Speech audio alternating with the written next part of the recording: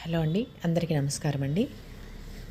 ఈ ఫ్లవర్స్ చూడండి, ఇవేం ఫ్లవర్స్ అనుకుంటున్నారు? ఎప్పుడైనా చూసారా మీరు? ఇవి వెల్వెట్ బీన్స్ అంటారండి. ఎంత అందంగా ఉన్నాయి చూడండి. ఒకే బంచ్కి ఇంచుమించుగా ఒక 50 ఫ్లవర్స్ ఉన్నట్టు ఉన్నాయండి. కాయలు కూడా అలాగే వస్తాయి. ఒకటే బంచ్గా ఒక 50 కాయల వరకు ఉంటాయన్నమాట. ఇది అసలు నేను వేయలేదండి. లాస్ట్ ఇయర్ తొక్కులన్నీ ఒలిచేసి చెట్లలో పడేస్తే దాని అంతగా అదే వచ్చిందనమాట ఈ మొక్క. ఎంత అందంగా ఉంది చూడండి, చెట్టు నిండా ఫ్లవర్స్తో. ఈ మొగ్గలు చూసారా ఎలా ఉన్నాయో?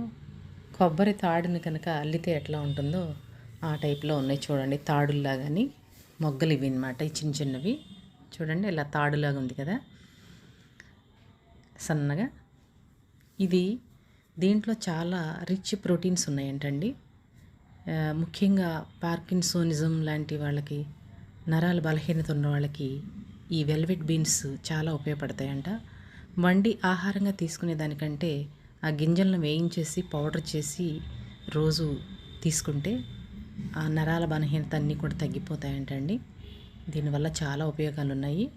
మీరు కూడా ఇలాంటి మొక్కని పెంచండి. ఇది చాలా వైల్డ్గా పెరుగుతుందండి, పెద్ద పెద్ద ఆకులు వస్తాయి అన్నమాట. ఈ గింజలు చూసారు ఎలా ఉన్నాయో, ఇలా బ్లాక్గా. Thank you.